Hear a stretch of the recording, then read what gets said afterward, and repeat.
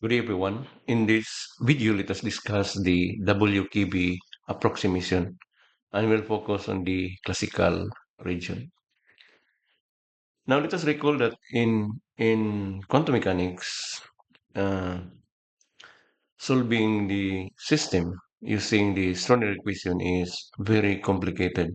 We learned that in our quantum one. That's why we apply the assumptions wherein we use the system as an idealized system. For example, the infinite square wheel, we assume that there's no potential energy inside the wheel.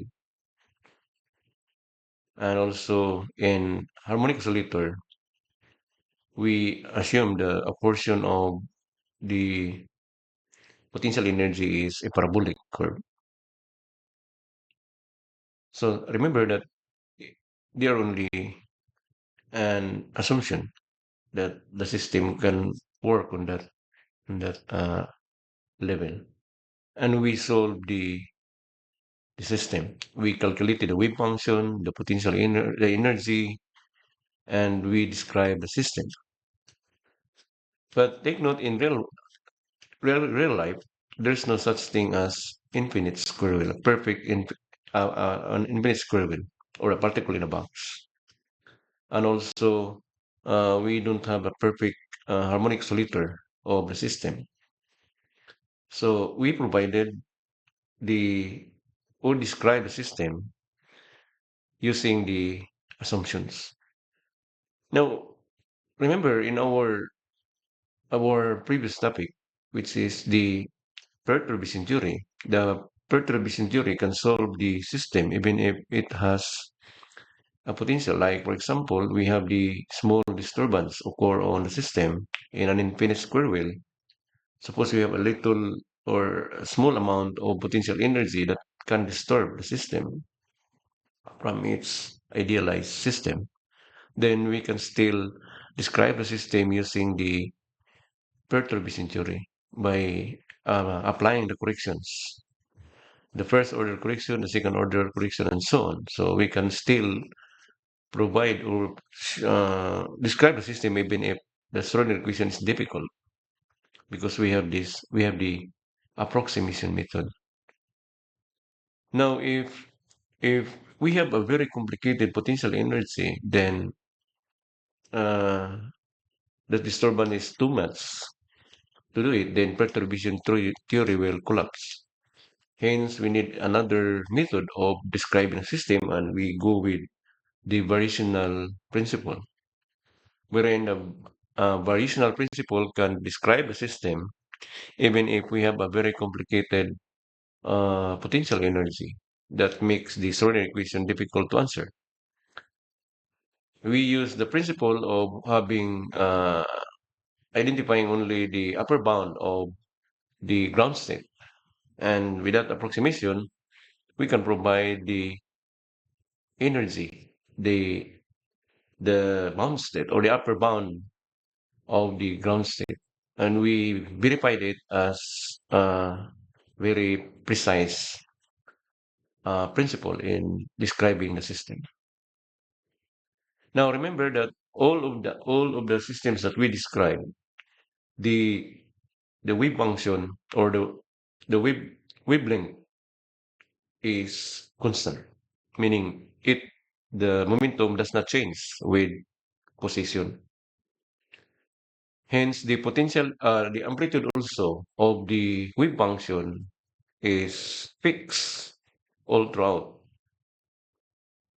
Now, remember in real system, uh, the wavelength is not surely a constant, meaning it changes with position. Hence, the momentum also changes with position. And it affects also the amplitude of the wavelength will change also with position. So the question now is, how can we describe the quantum system wherein we have a small or we have the varying wavelength? The wavelength is a function of position and also the momentum varies with position. Hence, the amplitude will change also with position. And that problem can be solved by the WKB approximation. WKB approximation is, in short, we have it's a short approximation, but we call this as the Wien-Zell-Kramer's Brillouin approximation. Is a semi-classical method used to find the approximate solutions to the Schrödinger equation, another linear differential equation with slowly varying coefficient. When we say slowly varying, meaning the wavelength might change with position. Now, this method is commonly used in quantum mechanics when the potential energy varies slowly relative to the wavelength, which means that the potential energy in the system will change due to the change in the wavelength of the uh, function. And take note that the wavelength is related to the momentum. Hence, the momentum also will varies, or the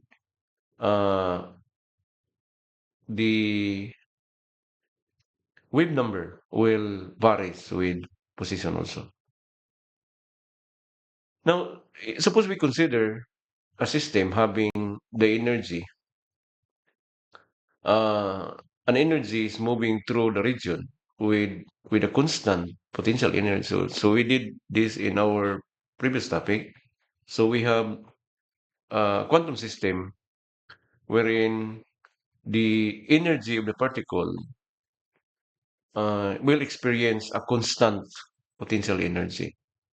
So with that, the Schrodinger equation, remember, the time independent Schrodinger equation, which is negative h bar square over 2m times the second order derivative of the wave function with respect to the position plus the potential energy times the wave function is always equivalent to the total energy of the system multiplied by the wave function. So we use this always in quantum mechanics. Now, if we assume that the potential energy of a particle inside a system is greater than the uh, if the if the energy, the total energy of the particle is greater than the potential energy, then it follows that the Schrodinger equation can be transformed into this form, wherein we can transpose this V to the right side becomes negative. So we have this and uh, divide both sides by h bar square over 2m, then we come up with this equation. Okay. So we have this one as the Schrodinger equation, wherein this will provide a positive value because E is greater than 1. We did this in our previous topic in a pre-particle. So in that case, the total energy of the system is greater than compared with the potential energy. And this potential energy is constant. So we assume that it won't change with position. So solving this differential equation, we let this take note that we can let this k square is equal to 2m over times e minus v over h bar square. So we assign this value and take note that this is a physical quantity, which is the wave number, propagation number. So if you take square root both sides, we have this value of the wave number. Okay. Okay. So the solution of the Schrodinger equation in our previous topic in pre-particle, then this is uh, solution of uh, the wave function, wherein we have this A, which is the amplitude, and we have this oscillating function, which is e raised to plus or minus I kx. Okay. So we have the This is a kind of sinusoidal. So therefore, this since this wave function k is constant all throughout, then there's no change of the amplitude, meaning amplitude is fixed on that. Why? Because the uh,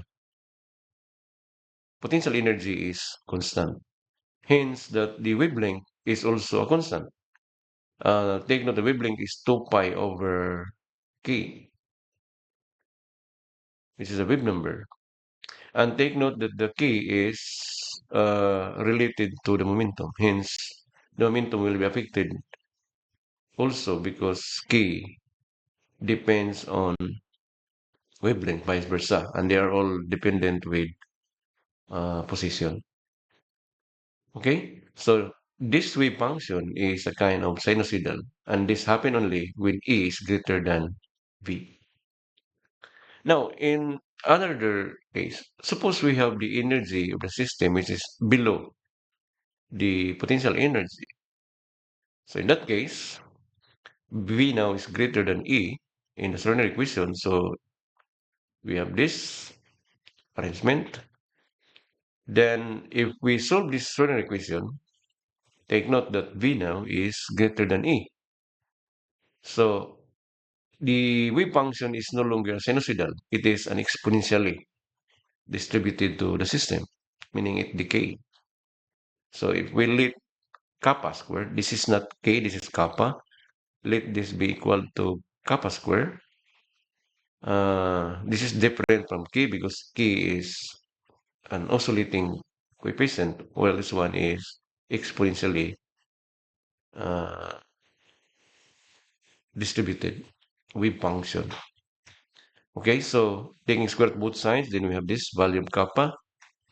Then it follows that the wave function, this is the amplitude E multiplied by the function, the exponential function.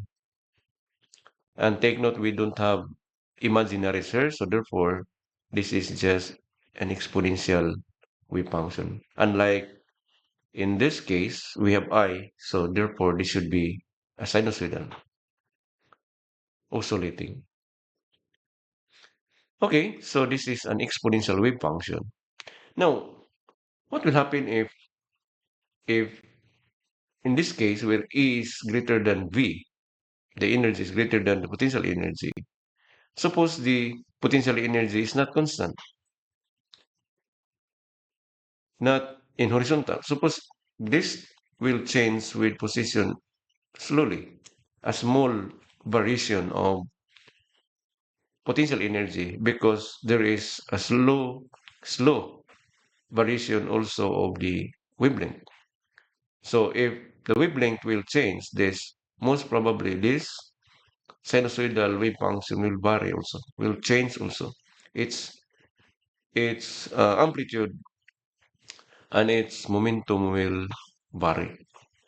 Hence, we have this. So meaning, suppose this still no, this is not so. This is not a constant. So v will vary with x. This is not a constant. So this is no longer horizontal. Then we have this is still e is greater than b. Then if we solve this Schrodinger equation, of course, the wave function or the sinusoidal is don't have the constant amplitude. It changes every time that the potential energy will change. Remember that this wave function will vary, will change depending on the value of V. So if this is the case, theoretically, this will be the wave function. A decreasing wavelength, and we have also the increasing momentum. Okay, so that's it. Now, remember that in this case, compared to this is fixed, but this one, the wavelength will vary, wavelength to the wave function will vary with position. Hence, that the wave number also varies with position. Okay. Now, if E is greater than V and the potential energy again is not a constant, it varies slowly with 1 over kappa because this one is related to wavelength, so it should be 1 over kappa. So if there's a change in the wavelength, then what will happen to the system? Okay, is it still an exponential? The answer is yes. It is also an exponential.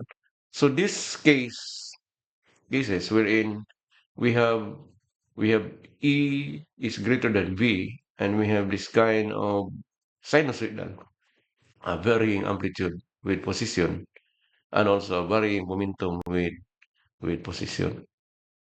And also this one, if E is greater than V, and we have this one, what will happen if the wavelength or the potential energy changes? Then this is the inspiration of the WKB, which means, of course, this is now very difficult to answer, but we can use the approximation method. The WKB will solve this kind of system. Okay, so that's it.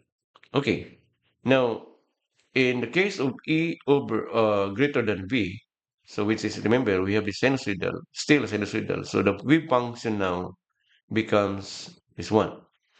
The psi x is equal to the amplitude, which will vary with position x, and also k will vary with position. So we have x here. The k depends on x, and the whole function will depends on x.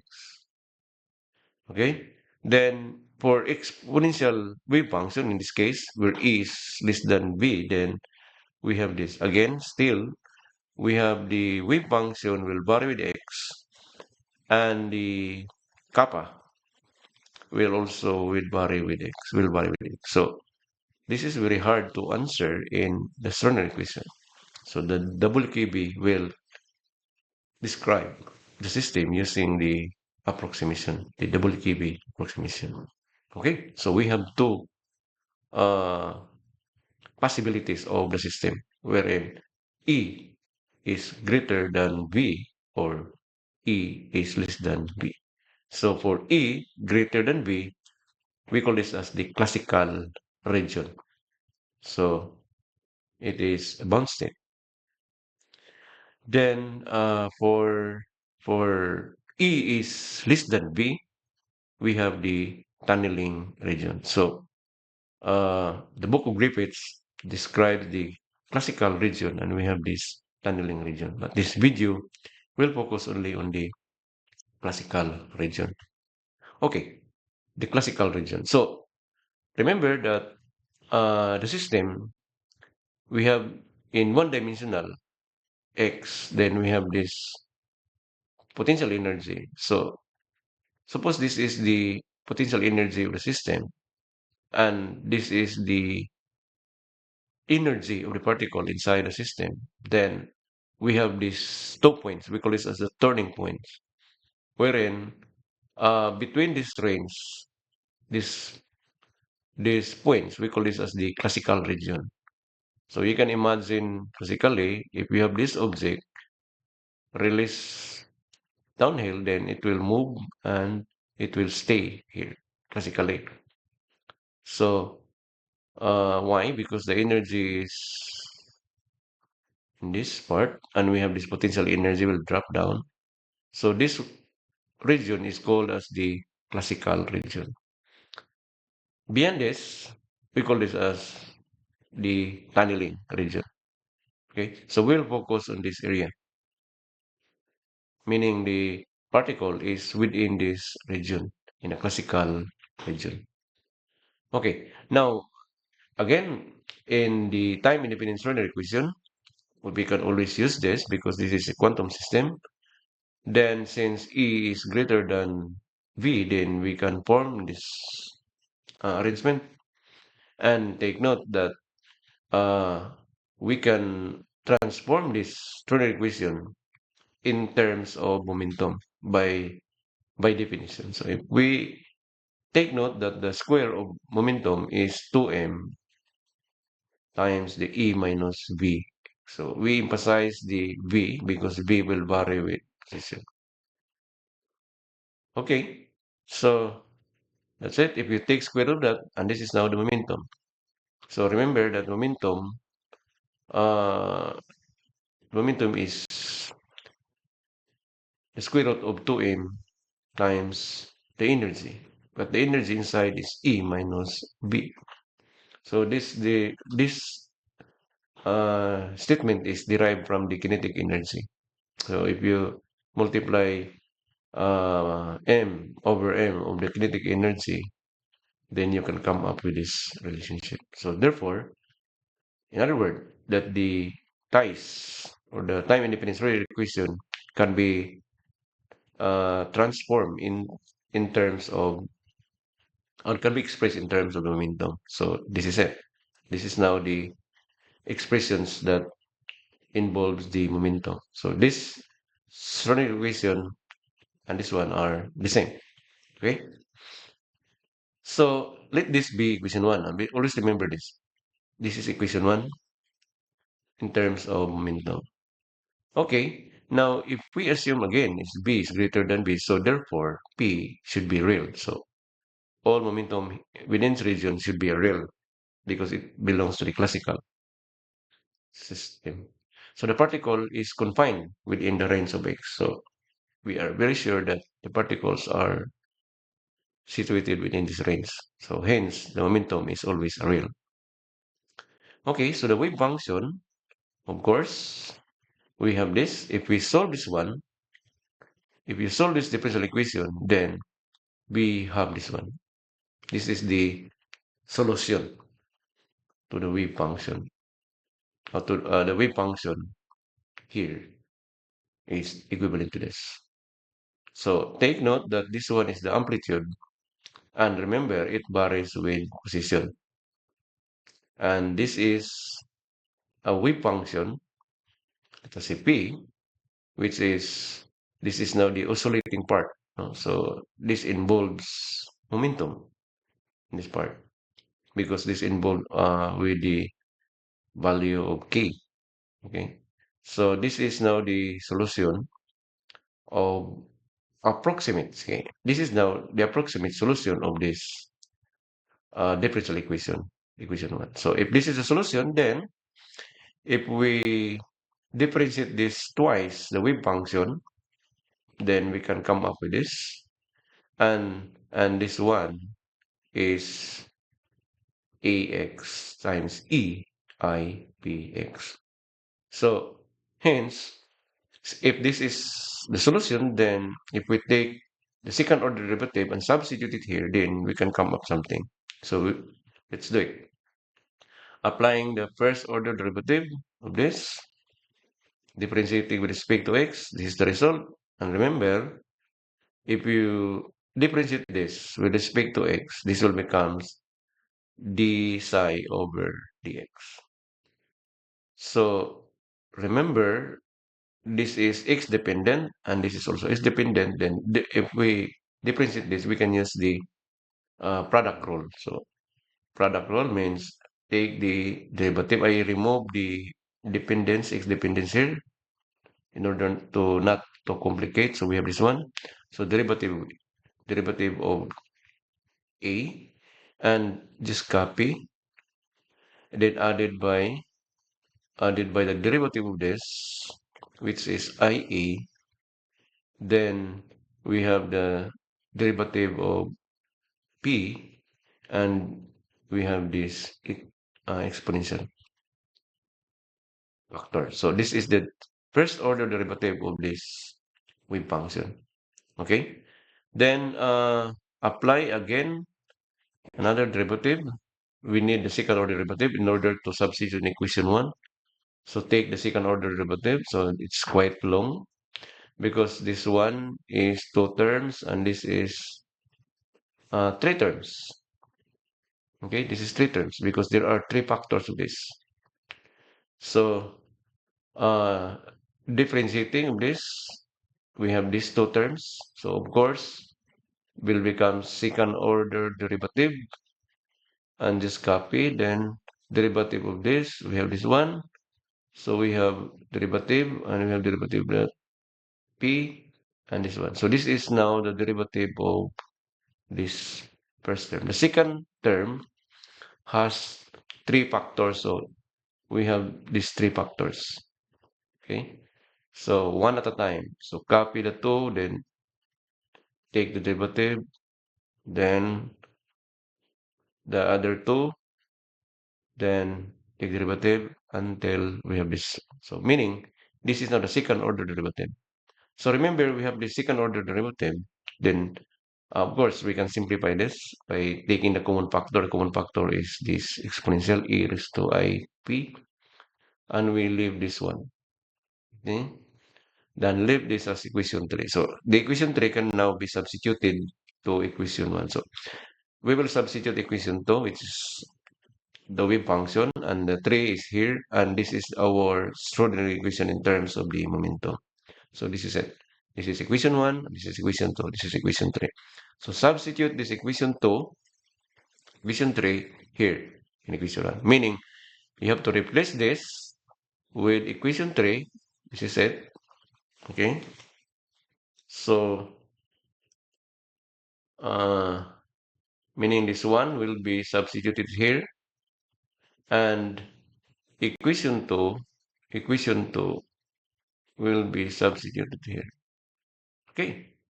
That's it. So therefore, we have this result. Okay. Now, take note that this double prime means second order derivative, and this is the first order derivative. We have this one, and we have the presence of imaginary. By the way, we can remove this because it's a common factor. Okay, we can remove this part. This one is cancelled with this. Okay, and take note that there are two kinds of terms here. We have the presence of I means imaginaries, and we have this without I. So these two are real. So this equation involves real and imaginary. So applying the principle of mathematics, okay, we can separate the real part and we have the imaginary part. So the real part, which is this one, and this one, subtract it, then this should be equal to that.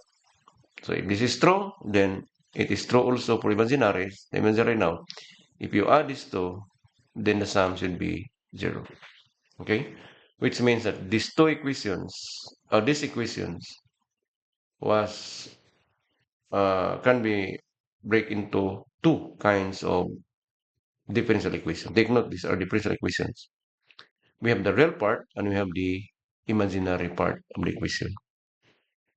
So meaning if we can solve this one, if we can solve this one, these two, then we already solved this differential equation. Okay? So let's do it. So this one, we can arrange this by transposing to the right side, becomes positive, then take the common factor of A, this is it. Okay, while this one, we can multiply both sides. Okay, the purpose of that is we multiply A in order to compress this into one term. Okay, so we have these two equations. Okay, now as I've said, this can be compressed by in single term because this term is exactly equal to the square of A times the derivative of B. Everything is first order derivative and equate to 0. So meaning this is just the same as the derivative of this inside. So if you take the derivative of this one is meaning the derivative. If we take the derivative of this will become 2a times the derivative of that, then copy. Okay? This one. Then plus, what is that? Copy of this, then take the derivative of that. So this is now second order derivative. So this part here, this one, is equivalent to this term. So multiplying A is a mathematical strategy. And the purpose of that is to compress this. Remember, we want to solve what is this wave function. What is this equal to P? So this is a differential equation. Okay, so again, we have these two kinds of differential equations. So we will solve this. We will solve this differential and we will solve this differential. So this is very easy to handle and we can solve it immediately. So we can integrate both sides. So we have this integral of a square p. Then we have this, okay, derivative. Then we have dx. And if we integrate this, of course, we have dx. Okay, so this is now the integral of the differential. So the process will cancel. The derivative will cancel with integral. And this one is a constant. Okay, so uh, take note that, okay, of course, this will becomes a square. This will derivative and integral will cancel. So we have a square copy and we have this p. And this is c. Why is it c square? Take note, this is constant. Okay, this is constant. So we can do anything on this. So we can let see this c square for simplicity. Okay, why? Because this is a squared. If you divide this both sides by, or our target is to solve for a, diba? So a depends on x. So this will becomes c over the square root of this p. So this is now our amplitude function. Okay. So remember that amplitude will change with position. So this is it. And this is just equal to some constant divided by the square of a square root of the derivative, absolute derivative value of the p. What is p? P is we use as a dummy, but this one, of course, this involves with momentum later on. Okay, so we solve this imaginary part. Let's proceed to the real part. The real part, this is where the WKB will comes in. The assumption. This is a very complicated. If you do solving this one, this is a complicated part. Remember, this is second order derivative of the amplitude with depends on position. This also the amplitude depends on, and we have this momentum, okay, which depends on position also, and this one, and this is our one. So therefore, we made or we have this. Let this be equation 5. Later on, we'll use that. Okay, so the amplitude e function. This we call this as the amplitude function. So this will be the approximation, WKB approximation. The WKB approximation assume that the wavelength A varies slowly. So the wavelength A will gradually change with position X, which means that the motion of the amplitude, which is the double derivative, is very much negligible compared to to these factors. So meaning this is a very, very small. So if divide this by A, this will becomes approximately equal to zero. Okay?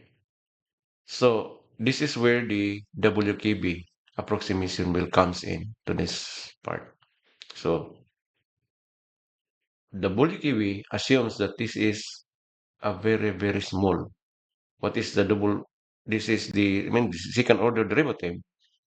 So the motion of that amplitude, which is the double derivative, is very much negligible. So more precisely, if we assume, meaning if you divide both sides by a, this is a very, very small compared to that, then this will become approximately zero.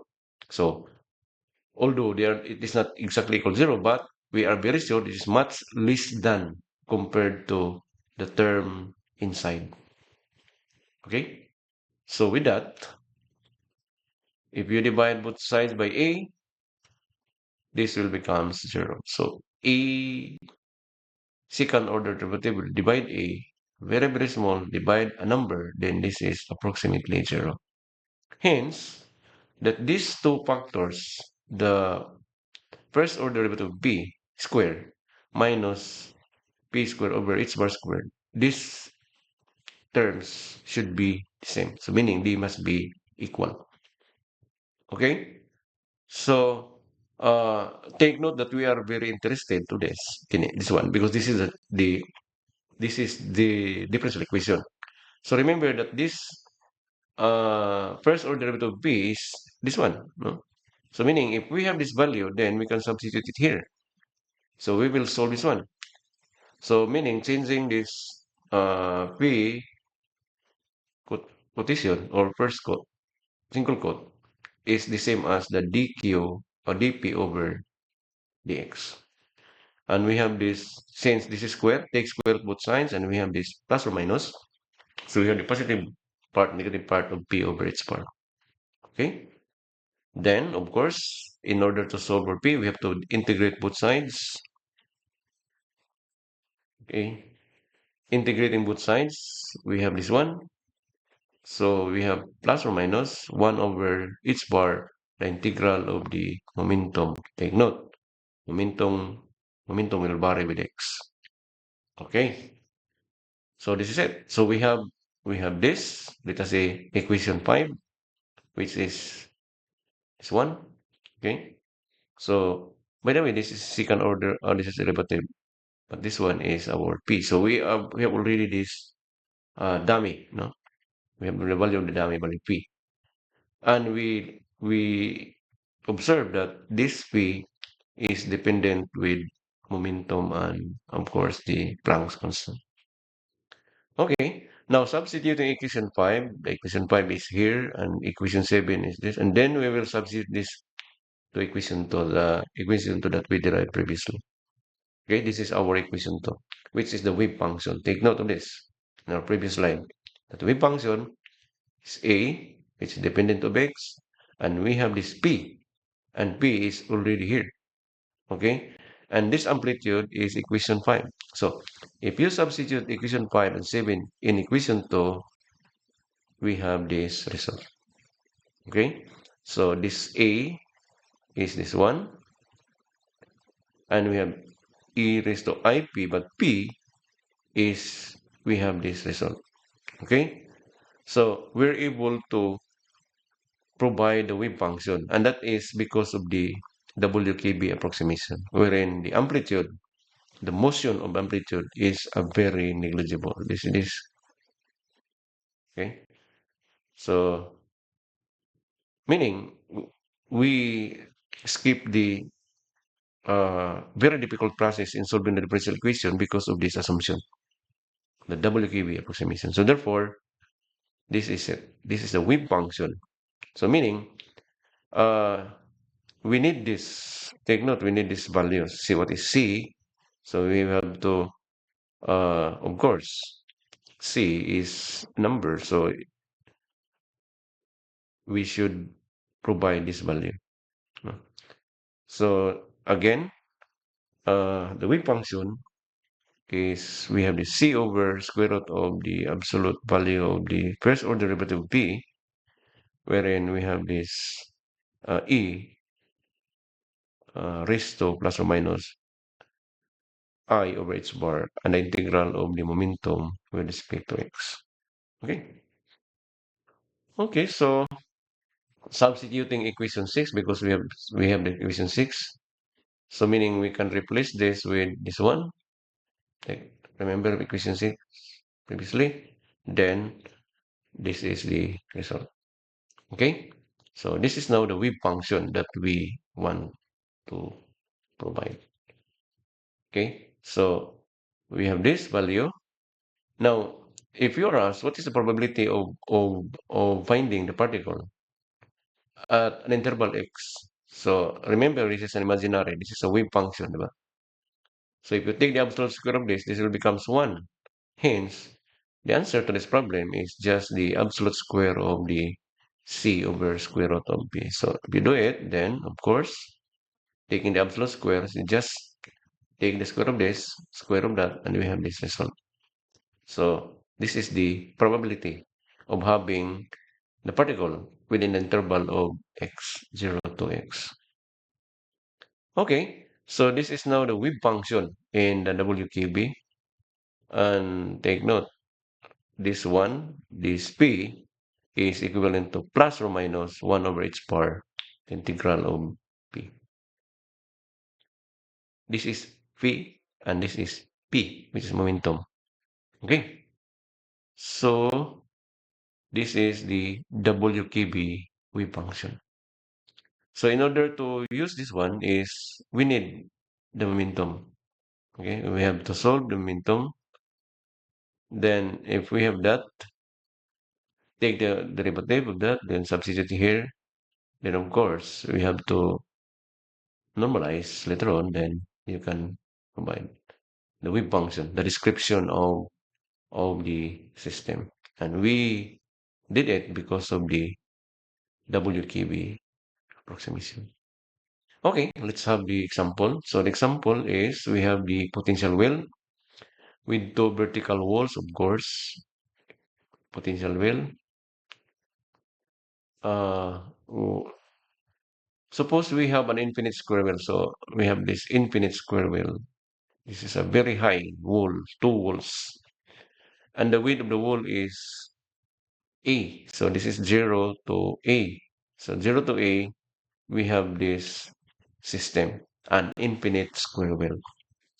Now, problem says that we have a bumpy bottom. So we have this potential energy, which is given as a function, meaning in remember in our lesson in a particle in a box, this is a free particle. No? We assume that no particle inside, but in real world system, there's no such thing as free particle.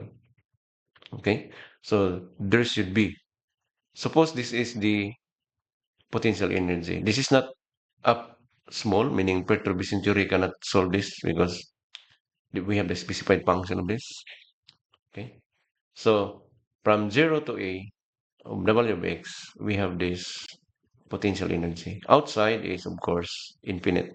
So a very high potential energy is outside. So we are very sure that there's no particle outside so the particle only is inside the system. Okay. So the question is find the wave function. How can we provide a wave function for this kind of potential energy? And this is a very, very complicated solution of that. If you attempt to solve the Schrodinger equation in solving the Schrodinger equation, then you find it a very difficult, and we cannot, of course, we cannot solve that. But we can still provide a description of this wave function because of the WKB approximation. Okay, so we will apply the WKB wave function. Take note, we have this in our previous slide that the wave function in WKB is psi x c over square root of p x, and we have e plus or minus p phi. This is phi and this is p again. Where what? Where phi function phi is plus or minus 1 over h bar, the integral of momentum or px dx. Okay, so we will be using this idea. So with that, of course, uh, remember that we have this plus or minus. Okay, since we have this plus or minus, then this can be break into two. Okay, the goal here is to transform this into uh, an expression that involves sine and cosine, no? Because this is a infinite square wave. So expand this one using the plus or minus. So we have this two. So we use C plus corresponds to the positive, and you have the C minus correspond for the negative part. So adding the two is the wave function, the entire wave function. Okay, so that's it. And take note that we can apply the the Wheeler formula. Okay, of this e raised to imaginary times a certain angle.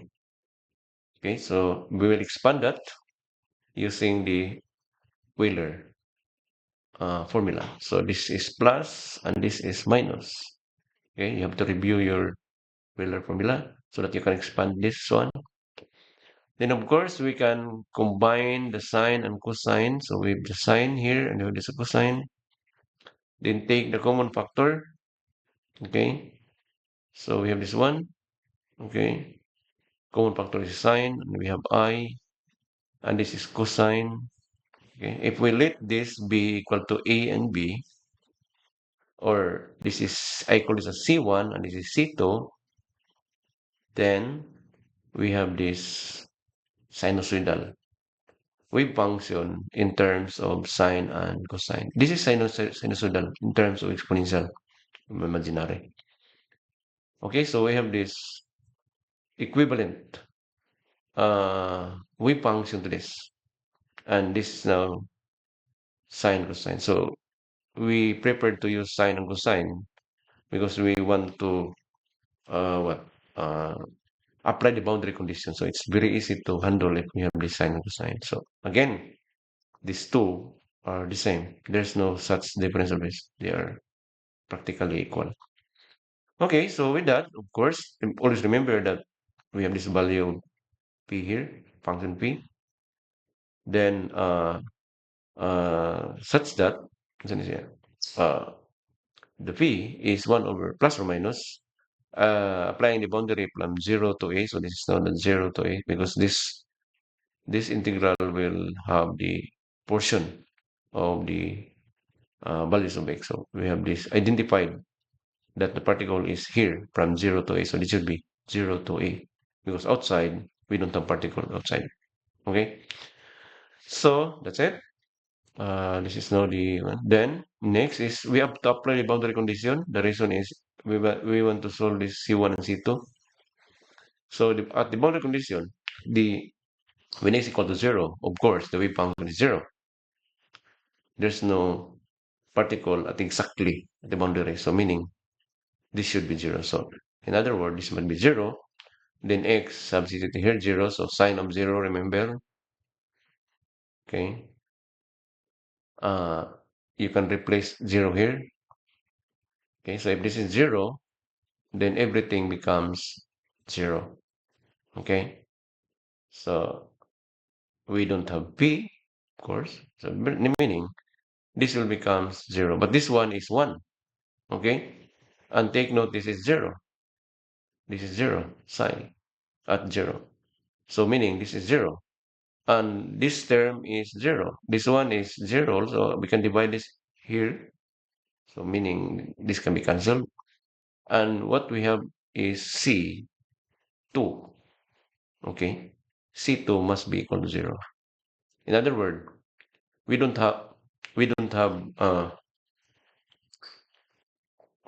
cosine function. We have only the sine function on that. Because C2 is 0 after applying the boundary condition. Okay? So this one. This is now the result because of the first boundary condition. Okay? Now we need to solve for what is another boundary condition is when x is equal to a, still this one is 0. Okay? So we can utilize that in order to uh, apply the boundary condition. So we have this at x equal to a, psi still 0. So meaning we have this b equal to 0. And this one is a, no longer 0. So meaning a because when x equal to a. So replace everything by a. Okay, then we have this result. Okay, so this one becomes 0 because if we divide 0 by the 1, this one factor. This, take note, uh, in order in order to satisfy this, diba? In order to satisfy this one, we need the value of p. What is the value of p in order to find to have this 0? Of course, we have that pi, di ba? And we have different values of angle that can provide 0, but of course, it should be in the along x-axis, quadrantal, no, along x, positive and negative. So it should be in pi. It can be 1 in is equal to 1 times pi, 2 pi, 3 pi. So everything is zero. Also negative part. Okay. So meaning this value of p, p, which is a function of a, is just equal to in pi. Or this is now a function of x. Okay. Because any number of x. Ano, at a. So meaning we have these values of a. We consider only positive values, quantum numbers. Okay. So substitute this in equation 8. Remember, this is equation 8. So we can have we can now replace this with in pi. Okay. So this is your equation 8. This is your equation 8. And take note that it is equivalent to what? In pi. Because this is now our, it depends upon the quantum number. Okay. So if p is in pi and in pi is plus or minus 1 over its bar, it's integral of 0 to from 0 to a of the px dx. Okay? So therefore these two must be correct. Diba? So this equation or this expression is equal to that. Okay? Then of course, if you look at this one, you look at this sine function. By the way, divide both sides by 1 over its bar, then we have this one, which means that the integral 0 to a px dx is just equal to in pi h bar. So take note that from here, okay, this p we can substitute here p, this one, which is 1 over h bar integral of 0 to pi, 0 to a, p x dx, which is also equal to in pi. So meaning we can replace this with in pi. Okay, hence we have this result. But in pi, take note, in pi in pi is equal to, what is this? Remember that the wave function now, okay, the wave function, we have this 1 over square root of px c. Okay, so we remove the coefficient because we 1, because we don't have 2. So let that be equal to c. And we have sine the integral 0 to a px. But take note, what is this? This is just equal to in pi h bar. Okay? In pi h bar. Hence, this is the wave function. This is the answer to the problem. Okay? So, therefore, uh, the wave function, again, we have c over square root of 2, or square root of p as a function of x. We have sine in pi h bar. Okay? And take note that this in pi h bar is the integral of that. Okay? So it's just a number. So this is the wave function between 0 to a, the value of x. So inside the particle in the system. Okay. Now, again, this is the wave function. So remember that based on the boundary condition, that this integral 0 to a is px or px dx is equivalent to in pi h bar. So that's why we have this in pi h bar. Okay? So the question now is this realistic or is this consistent with the previous idea? Take note, we are using the infinite square wheel. uh, So is this wave function or this result satisfies our previous understanding in infinite square wheel? If meaning the if the potential energy is neglected, can we proceed or can we go back to the original energy? So let's verify, no, for consistency, meaning we'll check the credibility of these results. Is this true or not? So we'll check the consistency. Now take note that the assumption previously is P is equal to square root, or this is the definition. square root of 2 pi times 2m times e minus c, e minus b. Now remember that if the wall is flat, meaning v is 0, flat here, then this will become 0. Okay, so that's it. So we have this 0.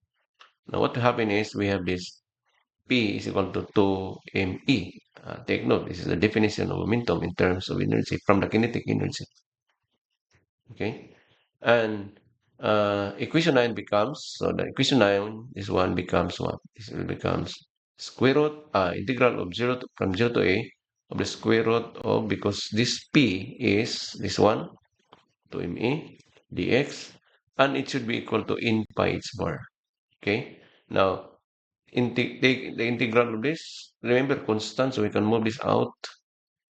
So therefore, we have this, the integral of dx, but integral of dx is x up to the limit a. So this is just equal to a.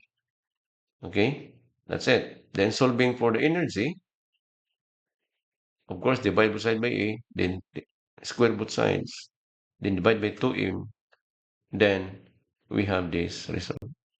So you can see that our answer here is consistent with the infinite square wheel if there's no potential energy without varying energy. Okay, so therefore this is proven as correct, and this was provided because of the WKB approximation. Take note, we solved the differential equation in an effortless method. The system is complicated, but we provide the wave function, and that's because of the WKB approximation, wherein we assume that this varying wave amplitude is a very, very small. The motion of the amplitude, okay, well, the change with respect to position is a very, very small. Hence, the second order derivative is approximately zero. So with that, we provided the wave function in the WKB assumption, and we have this answer using the infinite square wave. Okay, and I think it's good if you have to go one with other system like harmonic oscillator. No, so we can still apply the WKB approximation if we have that uh, wave function which is non